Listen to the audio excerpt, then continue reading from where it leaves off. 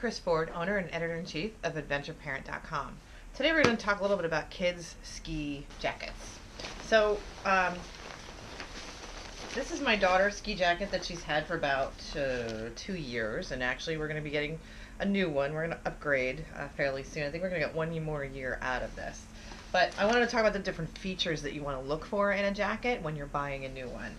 So to start, this is a Columbia that we bought at Campmore in New Jersey, about a size 10-12. So we're going to be moving on to a 14 soon. However, so obviously the material itself, you want Gore-Tex, Thinsulate, something, a technical fiber that's going to keep out the air and the moisture. That is critical. I don't care how pretty a jacket is, how many colors it has on it. If it doesn't have that and has layers like that, don't get it. So stick with brands, Descente, Columbia, Spyder, brands like that really do know what they're talking about. There's others, but I'm just giving you some examples. So the pockets, this should usually zip up so that they have usually little pull tags on there that'll help. Inside, lots of little pockets. Right here they've got one for the important things, the phone and the music and the headset. So I'd probably use this for other things, like maybe a little bit of water.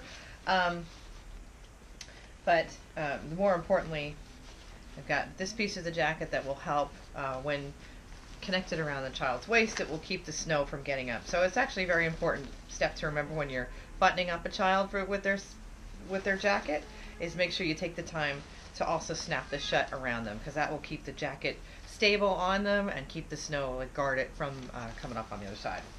Now this jacket doesn't have it, but one of my ski jacket does, and it's a big feature. This is one feature I would recommend, is some air vents. If you see a jacket with air vents, consider that a plus.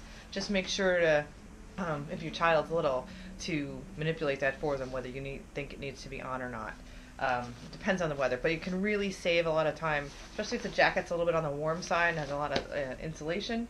When you're skiing and it gets sunny out, or spring skiing, you open up those vents and you're good to go. So other features that kids' jackets tend to have is, now this one doesn't have it as well either, and that's why we're probably upgrading. Or does it actually? I don't think so. But they tend to have like extra space, extra, a little bit of extra length on the arms and the actual bottom area sometimes, to let out pants, so that pants and jackets and arms, so that you can get a little more wear out of them. Her Spyder jacket had it, and we probably got an extra year or two out of it, just by, you basically pop the stitches and it'll come out. So look for that when you're shopping for your jacket. So if there's one that's a little bit more pricey than another one, and the pricier one has the stitching, go with that, because it really does work and save a lot of time. Hoods, you want one that has a hood. This one, it velcros inside, and then there's a snap in the back to keep the hood solid.